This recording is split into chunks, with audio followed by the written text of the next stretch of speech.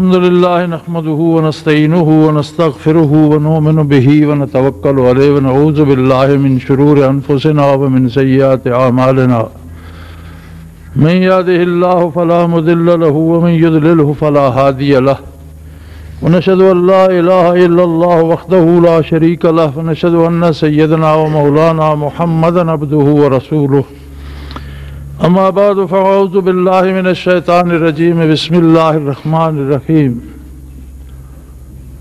وَلَنَبْلُوَنَّكُمْ بِشَيْءٍ مِّنَ الْخَوْفِ وَالْجُوعِ وَنَقْصٍ مِّنَ الْأَمْوَالِ وَالْأَنفُسِ وَالثَّمَرَاتِ وَبَشِّرِ الصَّابِرِينَ الَّذِينَ إِذَا أَصَابَتْهُم مُّصِيبَةٌ قَالُوا إِنَّا لِلَّهِ وَإِنَّا إِلَيْهِ راجعون اولئک علیہم صلوات من ربهم ورحمہ واولئک هم المہتدون ولا تقولوا لمن يقتل في سبيل الله اموات بل احیاء ولكن لا تشعرون اللهم سبحانك لا علم لنا الا ما علمتنا انك انت العلیم الحکیم مولایا صل وسلم دائما ابدا علی حبیبک من زانت به الاسر۔ گزشتہ دو جمعوں سے اسی موضوع پر بات چل رہی ہے۔ اللہ جل شانہ نے اپنے بندوں کے لیے بطور آزمائش اس لیے نہیں کہ آزما کر وہ جاننا چاہتا ہے، وہ تو جانتا ہے اور اس کا علم قدیم ہے، جو ہو چکا وہ بھی جانتا ہے، جو ہو رہا ہے وہ بھی جانتا ہے، اور جو ہونے والا ہے وہ بھی اس کے علم میں، اس کا علم قدیم بھی ہے اور حضوری بھی ہے۔ اس کے علم میں ماضی مستقبل نہیں ہے، ہر چیز ہمہ وقت اس کے روبرو حاضر ہے دست بستہ۔ انسانوں پر اتمام حجت کرنے کے لیے انسانوں کو آزمایا جاتا ہے تاکہ کل جب بارگاہ الہی میں واپس آئیں تو وہاں پہنچ کر تو ہر کوئی محبت الہی کا مدعی ہوگا، لیکن اس کا کردار اس کے سامنے ہوگا اور پتہ چلے گا کہ اسے کون سی شے محبوب تھی، کس سے محبت تھی، کس کے عشق میں مبتلا تھا، اور کیا واقعی اللہ سے محبت تھی۔ اس کے لیے فرمایا وَلَنَبْلُوَنَّكُمْ بِشَيْءٍ، کسی قدر آزمایا جائے گا تمہیں خوف مسلط کر کے، مفادات کے جانے کا خوف، جان کے جانے کا خوف، دنیاوی نقصانات کا خوف، کسی کے بڑے طاقتور ہونے کا خدشہ، والجوع، بھوک سے، کبھی قید سالی یا کاروبار میں نقصان یا غربت یا ملازمت چھوٹ گئی، یا کوئی نہ کوئی طریقہ ایسا ہو جائے گا کہ بھوک میں مبتلا ہو جاؤ گے۔ وَنَقْصٍ مِّنَ الْأَمْوَالِ، کبھی مال و دولت میں خسارہ آ جائے گا۔ وَالْأَنفُسِ، کبھی جانیں دینی پڑیں گی، خاندان کے افراد قربان ہو جائیں گے، دوست احباب قربان ہو جائیں گے، عزیز اور رشتہ دار قربان ہو جائیں گے۔ والثمرات، اور کبھی نتائج جن کے لیے تم محنت کرتے ہو، فصلیں کاشت کرتے ہو، نتیجہ اس کا پھل ہوتا ہے، باغات لگاتے اس کا نتیجہ پھل ہوتا ہے، سیاسیات میں، کاروبار میں محنت کرتے ہو، اس کے ایک پھل اور ثمر کی انتظار میں رہتے ہو، کبھی وہ تمہاری توقع کے خلاف ہوگا اور اس میں کمی ہو جائے گی۔ آپ صلی اللہ علیہ وآلہ وسلم کو خطاب فرماتے ہوئے ارشاد فرمایا کہ اے میرے حبیب، کامیاب ہونے والوں کو ابھی سے مبارک دے دیجئے۔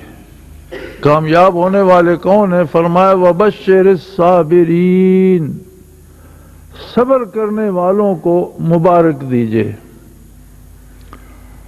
صبر ہوتا ہے کسی بھی حادثے، کسی بھی واقعہ، کسی بھی خوف، کسی بھی ڈر سے متزلزل نہ ہونا اور اپنی جگہ پر قائم رہنا۔ لغوی اعتبار سے عربی میں صبر باغ کھینچ کر ایک جگہ روک لینے کو کہتے ہیں، یہ جس طرح گاڑی کو بریک لگا کر ایک جگہ آپ روک دیتے ہیں، گھوڑے کی باغ کھینچ کر ایک جگہ روک دیتے ہیں، رک جانے کو، جم جانے کو صبر کہتے ہیں۔ ہمارے ہاں ایک غلط العام معنی ہے اس کا کہ نقصان ہو جائے تو رونا دھونا نہ کرے تو وہ صبر ہے۔ صبر زندگی میں اطاعت الہی پہ جم جانے کا نام ہے۔ نفع ہو یا نقصان، کمی آئے یا بیشی، ڈر ہو یا خوف، اللہ اللہ کی رسول کی اطاعت پہ اپنے آپ کو روک لے، یہ صبر ہے۔ فرمایا صبر کرنے والوں کو بشارت دیجئے، اور وہ لوگ ہیں اذا اصابتہم مصیبہ، جب ان پر کوئی مصیبت پڑتی ہے، قالوا تو وہ یہ کہتے ہیں انا للہ وَإِنَّا إِلَيْهِ رَاجِعُونَ کہ بے شک ہم، ہماری ذات، ہمارے اعزاء و اقارب، ہمارے متعلقین، ہمارا مال و دولت، سب کچھ اللہ کی طرف سے ہے، اور اس سب کچھ کو پلٹ کر اللہ ہی کے پاس جانا ہے۔ وَإِنَّا إِلَيْهِ رَاجِعُونَ۔ ارشاد ہوتا ہے ایسے لوگ ہیں اولئک علیہم صلوات من ربہم، ایسے لوگ جو جن کا یہ کردار ہوتا ہے ان پر اللہ کی طرف سے رحمتیں نازل ہوتی ہیں، اللہ کی طرف سے برکتیں نازل ہوتی ہیں۔ صلوات من ربہم، اللہ کی طرف سے برکات نازل ہوتی ہیں، ورحمہ، اور طرح طرح کی رحمتیں نازل ہوتی ہیں، وَأُولَئِكَ هُمُ الْمُهْتَدُونَ، اور یہ وہ لوگ ہیں جو صحیح راہ پر ہیں، ہدایت یافتہ ہیں۔ پھر فرمایا اس راہ میں جن کی جان چلی جاتی ہے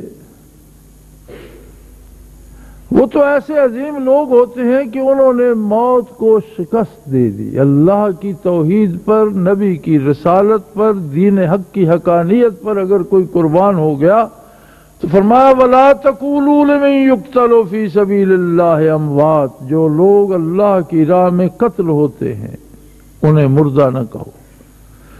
ظاہر ہے قتل کا فعل بدن پہ صادر ہوتا ہے، پرخچے اڑ جاتے ہیں، سینہ پھٹ جاتا ہے، گردنیں کٹ جاتی ہیں، اور آج کل تو آتش و آہن کی بارش ہوتی ہے اور میتیں ناپید ہو جاتی ہیں، جل جاتی ہیں، ملتی نہیں ہیں، جب ملتی بھی ہیں تو انہیں دفن کیا جاتا ہے، ان کی قبر بنتی ہے۔ فرمایا اس سب کے باوجود انہیں مردہ نہ کہو۔ اگر وہ مردہ نہیں ہے تو بار الہ کیا ہے؟ فرمایا بل احیاء، یہی تو وہ لوگ ہیں جو در حقیقت زندہ ہیں، جنہیں تم زندہ سمجھتے ہو ان میں تو اکثر ایسے ہیں جو چلتے پھرتی لاشیں ہیں،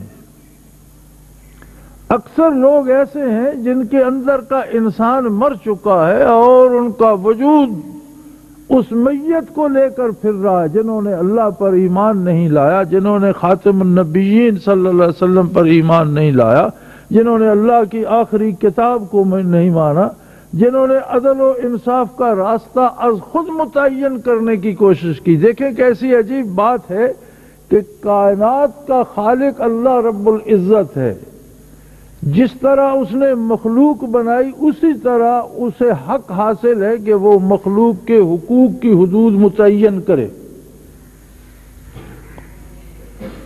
کس چیز کو کس طریقے کس سلیقے سے کس حد تک آپ استعمال کر سکتے ہیں یہ بتانا بھی اسی کا کام ہے۔ فرد کا کیا حق ہے، اس کی آزادی کیا ہے، خود مختاری کیا ہے، اور کہاں جا کر اس کی آزادی کی حدود ختم ہوتی ہیں یہ بتانا، یہ متعین کرنا اس کا حق ہے۔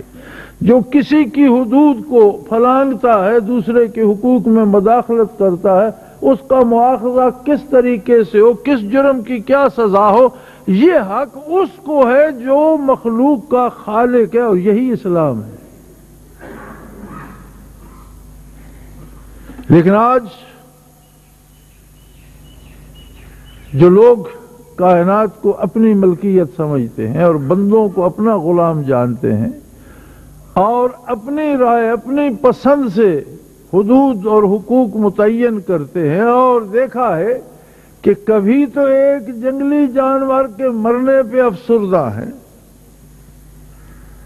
اور جنگلی حیات کے تحفظ کے لیے کھربوں روپے خرچ ہو رہے ہیں، اور کہیں لاکھوں انسانوں کو بلا وجہ تباہ کر دیا جاتا ہے اور کسی کا ایک آنسو نہیں بہتا۔ یہ انسانوں کا انصاف ہے۔ اس کا اپنا ایک انصاف ہے، اور اس کے قیام کے لیے جو لوگ جانیں تک دے دیتے ہیں، فرمایا یہ وہ لوگ ہیں جنہوں نے موت کو شکست دے دی اور حقیقتاً زندہ ہیں، اور جو لوگ اللہ کے بنائے ہوئے قاعدے قانون عدل اور انصاف کی پرواہ نہیں کرتے، لوگوں سے ڈرتے ہیں اور لوگوں کے بنائے ہوئے ظالمانہ نظام کو اپنا کر زندہ رہتے ہیں، سمجھوتوں سے زندگی گزارتے ہیں، وہ تو پہلے مردہ ہیں۔ ایک عرب شاعر نے کہا تھا وَأَجْسَامُهُمْ قَبْلَ الْقُبُورِ قُبُورُ، قبر میں جانے سے پہلے ان کے بدن، ان کی ضمیر اور ان کی روحوں کی قبریں بن گئی۔ یہ تو چلتی پھرتی قبریں ہیں۔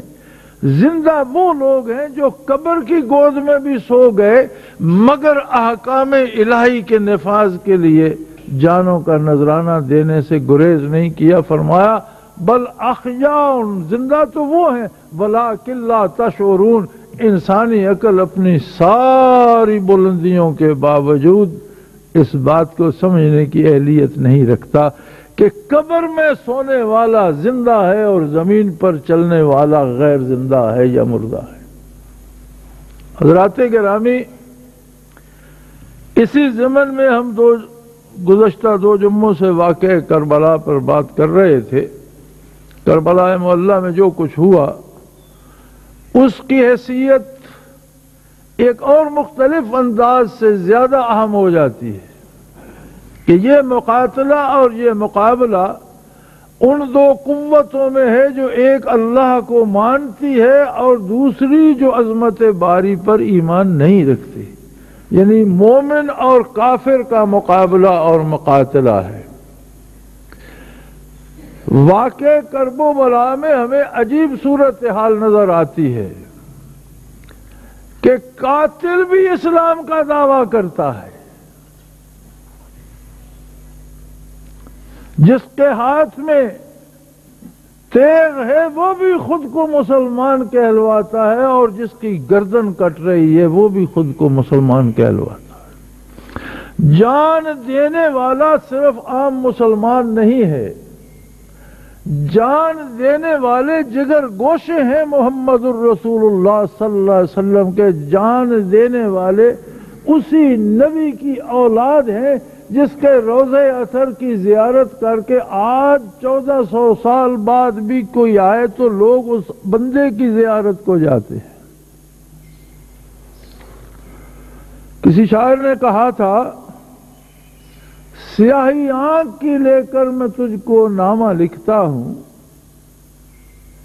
سیاہی آنکھ کی لے کر میں تجھ کو نامہ لکھتا ہوں کہ جب نامے کو تو دیکھے میری آنکھیں تجھے دیکھیں۔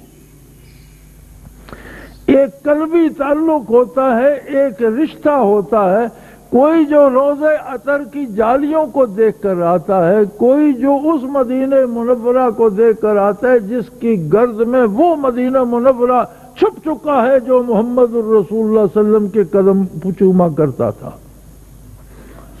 صدیوں کے سفر نے شہر کی گلیوں کو بھی پوشیدہ کر دیا ہے، ریت کے ذروں کو بھی چھپا دیا ہے، خاک کو بھی چھپا دیا ہے۔ ہاں کوئی چٹان یا احد جیسا پہاڑ یا شاید یہ بوڑھا آسمان یا سورج اور چاند وہی ہیں جنہوں نے محمد الرسول اللہ صلی اللہ علیہ وسلم کو دیکھا۔ بیت اللہ کی بے شمار عظمتیں ہیں، تجلیات ذاتی کا محبت ہے، لیکن ایک بات اور بھی ہے جس کا احساس وہاں جا کر ہوتا ہے کہ یہ وہ پتھر ہیں جن پر نگاہ محمد الرسول اللہ صلی اللہ علیہ وسلم بھی پڑی تھی۔ بعینہ ہی وہی پتھر ہے، فرش وہ نہیں ہے، گردا گرد کی مسجد وہ نہیں ہے، دیواریں وہ نہیں ہیں، لیکن وہ پتھر جو بیت اللہ شریف میں لگے ہوئے ہیں اور جنہیں غلاف نے چھپا رکھا ہے، یہ پس غلاف جو پتھر ہے یہ وہی ہیں جن پر محمد الرسول اللہ صلی اللہ علیہ وسلم کی نگاہیں ٹھہری تھی۔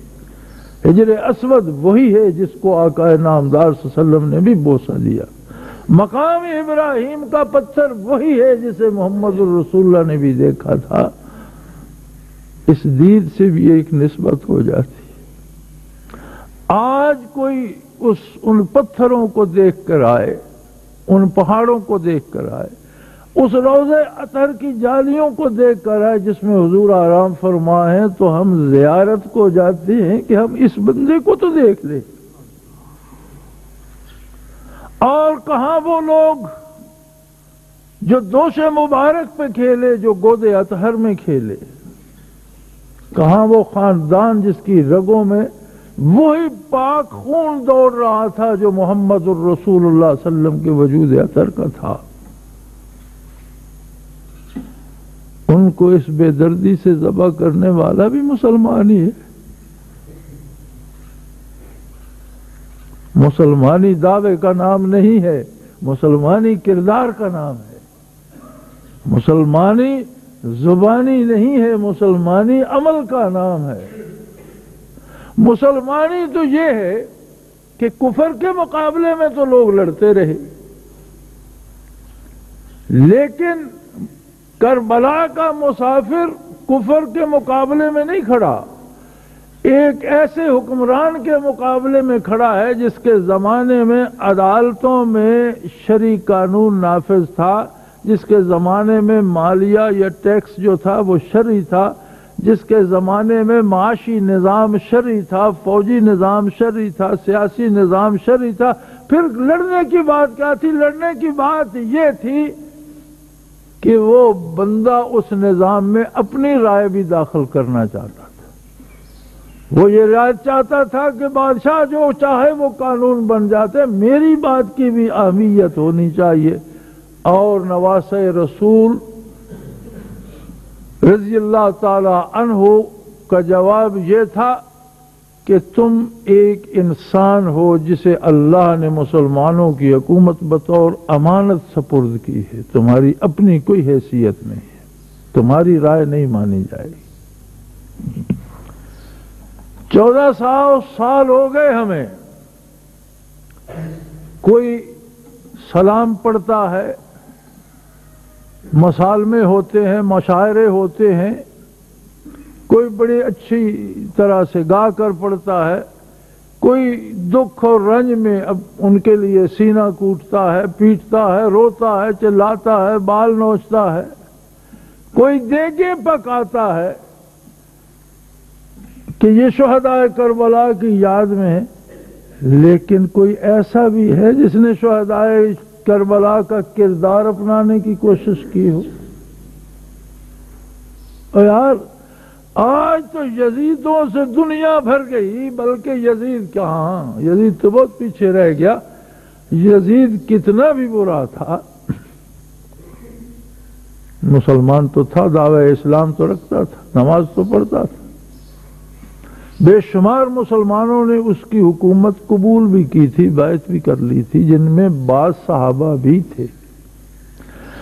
آج تو ان کی مرضی چلتی ہے، جو کہتے ہیں کہ خدا کا وجود ہی نہیں ہے، جو کہتے ہیں محمد الرسول اللہ اللہ کے رسول ہیں ہی نہیں، یہ سارا بناوٹی قصہ ہے، قرآن اللہ کی کتاب ہی نہیں ہے، سیاسی نظام بھی انہی کا چلتا ہے، معاشی نظام بھی انہی کا چلتا ہے، عدالتی نظام بھی انہی کا چلتا ہے، اور ہم سارے اسے قبول کرتے ہیں اور جلوس لے کر روتے اور چلاتے ہیں، ہائے حسین ہائے حسین۔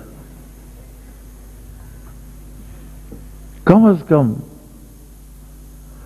کافروں کے غلاموں کو تو حسین کا نام زیب نہیں دیتا، کافرانہ نظام کے غلاموں کو تو یہ نام زیب نہیں دیتا۔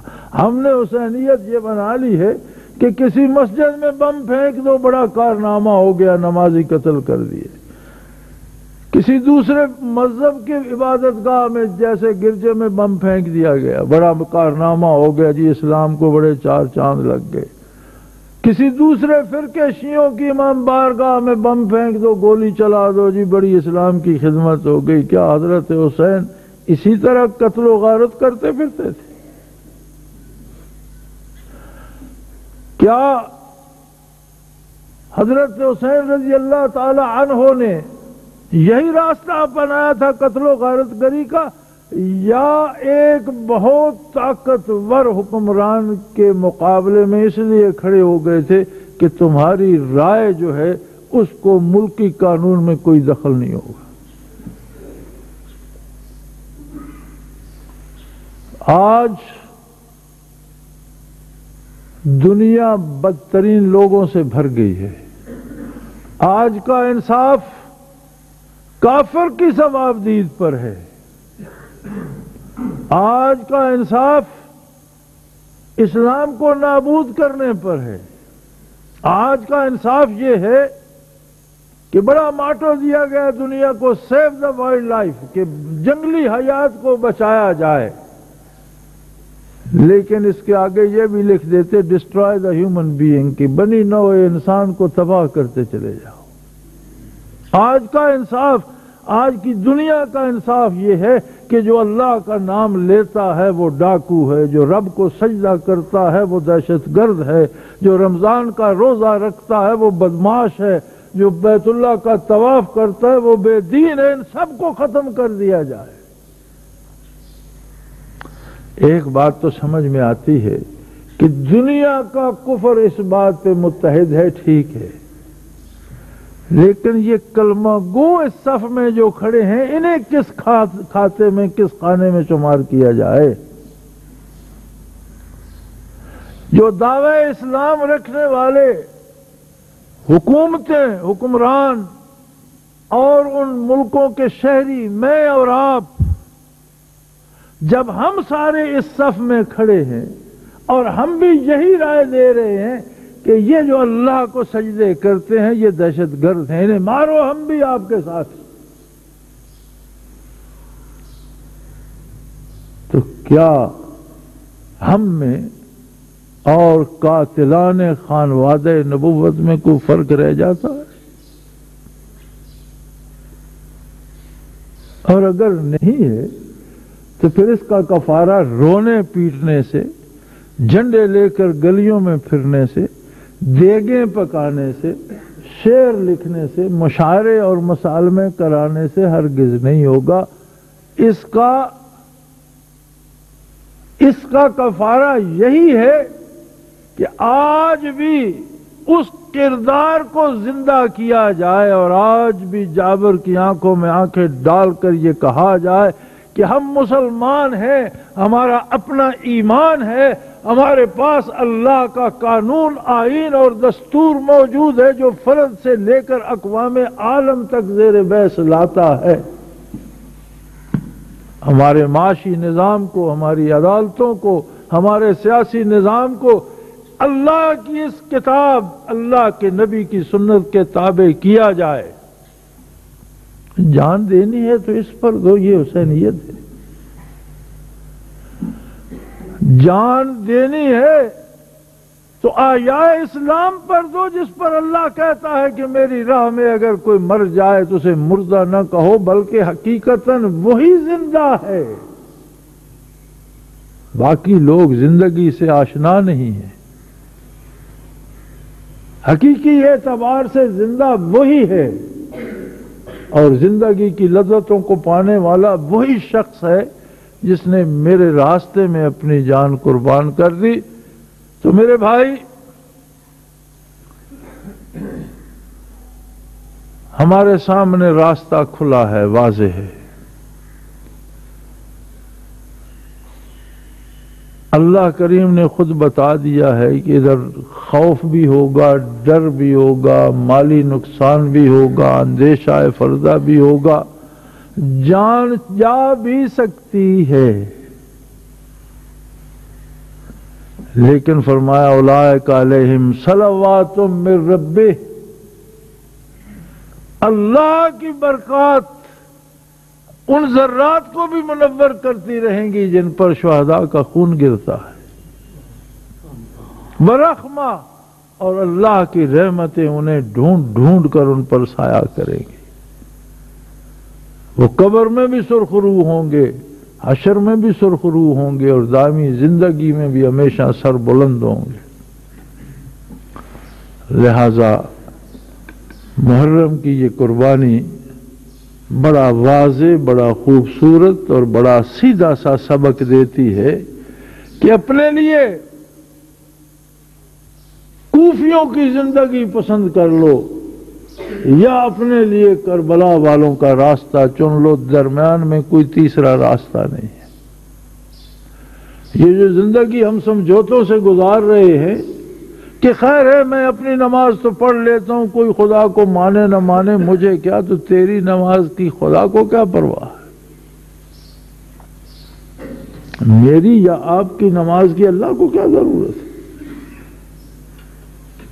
ذاتی عمل یا ذاتی عبادت کا مقصد ہی یہ ہے اقامت الصلاۃ. اقامت الصلاۃ کیا ہے کہ وہ تہذیب، وہ کلچر، وہ معاشرہ تشکیل دیا جائے جس میں صلاۃ قائم ہو، جس میں بندے اللہ کے حضور پیش ہوں. قرآن نے جہاں جہاں اقامت صلاۃ کہا وہاں ہم نے اس کا ترجمہ نماز پڑھنا لکھ کر جان چھڑا لی ہے. اردو میں ہم نے اس کا ترجمہ لکھ دیا کہ جو نماز ادا کرتا ہے یا نماز پڑھتا ہے. میاں یہ اردو صحیح نہیں ہے. اقامت کہتے ہیں قائم کرنے کو. یہ عمارت کی اقامت ہے کہ یہ دیواریں بنی، چھت بنا، فرش بنے، دروازے لگے، ایک ایک عمارت بن گئی، قائم ہو گئی. قائم ہونا. اقامت صلاۃ یہ کہ ایسا معاشرہ بن جائے جس میں بندے اللہ کے روبرو کھڑے ہو کر اس کی عبادت کریں. ایسا معاشرہ بن جائے. اب عبادت کے لیے کیا چاہیے؟ کلوا من الطیبات واعبدوا. حلال اور پاکیزہ کھاؤ کہ عبادت کی توفیق ہو. اب اقامت صلاۃ کے ساتھ معاشی نظام جڑ گیا. حرام کھائے گا تو اقامت صلاۃ کیسے کرے گا؟ معاشی نظام ہی حرام ہوگا، سودی ہوگا تو اقامت صلاۃ کیا ہوگی؟ نبی علیہ السلام نے فرمایا کہ ایک شخص دور دراز کا سفر کر کے آئے گا، اس کے جوتے پھٹ چکے ہوں گے، کپڑے بوسیدہ اور خاک آلود ہوں گے، بال پریشان اور مٹی سے اٹے ہوئے ہوں گے، اور منزلوں پہ منزلیں مارتا ہوا بیت اللہ پہنچے گا اور زور زور سے پکارے گا لبیک اللہم لبیک، لیکن اللہ کی طرف سے اسے جواب نہیں آئے گا. عرض کی گئی یا رسول اللہ کیوں؟ فرمایا اس لیے کہ اس کا کھانا حرام ہوگا، اس کا لباس حرام ہوگا اور اس کی غذا حلال نہیں ہوگی. یہ آج ہم جو جاتے ہیں کیا ہمارا لباس حلال ہے؟ کوئی کارخانہ ہے ایسا پاکستان میں جس میں سوت یا کپڑا سود پر نہ بنتا ہو؟ کیا اس میں کوئی پاکیزگی رہ جاتی ہے؟ کوئی ایسا نظام ہے جہاں سے ہم بغیر سود کے کھا سکتے ہوں؟ جو سود نہیں لیتے ان کے حلق میں بھی سود کی گرد جاتی ہے.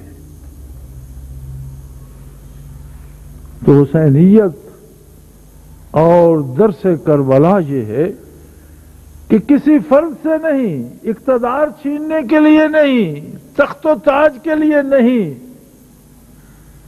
مسلمانوں کے ساتھ اسلامی طرز حیات اور اسلامی نظام حیات کے لیے آج جانے دی جائے. حق و انصاف کے لیے مجبور کر دیا جائے طاقتور سے طاقتور حکمران کو کہ مسلمانوں کا اپنا ایک نظام ہے. پوری دنیا میں اگر غیر مسلم کا اپنا ایک نظام ہے تو مسلمان کو کیا مصیبت پڑی ہے کہ اسی نظام کے زیر سایہ زندہ رہے.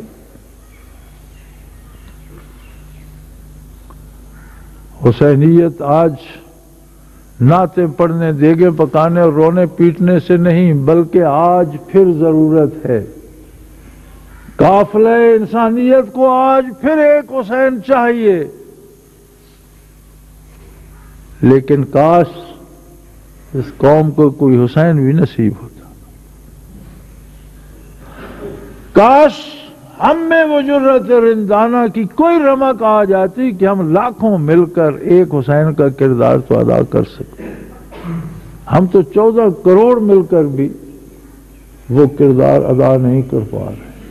علماء ہیں، دانشور ہیں، صلحاء ہیں، یا خانہ بدوش ہیں یا خانہ بگیر ہیں، خاموشی سے کونے میں بیٹھے یا حکومت لینے کے لیے بھاگ دوڑ کر رہے ہیں، نفاذ اسلام کا کوئی نام بھی نہیں لیتا۔ ہم اس فلسفے کو سمجھ ہی نہیں سکتے کہ کربلا کیا تھا، مرنے والوں نے جانیں کیوں دیں، انہوں نے سمجھوتا کیوں نہیں کیا۔ اگر حضرت حسین رضی اللہ عنہ بیعت کر لیتے، انہیں عہدہ بھی مل سکتا تھا، دولت بھی مل سکتی تھی، جاگیر بھی مل سکتی تھی۔ اور اگر اس عہد میں یہ بات سمجھی ہے تو ان ان پڑھ پٹھانوں نے، بھوکے پیاسے مفلس اور غریب پٹھانوں نے اگر یہ روس کی بیعت کر لیتے تو وہ بھی انہیں دولت کے انبار لگا دیتا، اور اگر آج امریکہ کا ہاتھ چوم لیں تو وہ بھی ان پر ڈالروں کی بارش کر دے۔ لیکن یہ ایسے بے وقوف ہے کہ رات دن ان کے لاشیں تڑپ رہے ہیں، ہر گھر میں کربلا بنی ہوئی ہے، لیکن کہتے ہیں زندہ اسی طرح رہیں گے جس طرح رہنے کا حکم اللہ اللہ کے رسول نے دیا۔ مجھے تو کابل میں، افغانستان میں حسین کے نقش قدم پر چلنے والے لاکھوں نظر آتے، لاکھوں بسمل جو زمین میں پیوندے خاک ہوئے اور جن کے خون اور جن کے لاشیں زمین پر تڑپے۔ کیا کربلا کا فلسفہ انہوں نے سمجھا یا ہمارے شاعروں نے؟ انہوں نے سمجھا یا ہمارے ادیبوں نے؟ انہوں نے سمجھا یا ہمارے علماء نے؟ انہوں نے سمجھا یا ہمارے حکمرانوں نے؟ بس یہ بات سمجھ اور شعور کی ہے۔ دعا کرتا ہوں اللہ مجھے آپ کو، اس ساری قوم کو اس فلسفے کو سمجھنے اور اپنانے کی توفیق عطا فرمائے۔ وآخر دعوانا الحمدللہ رب العالمین۔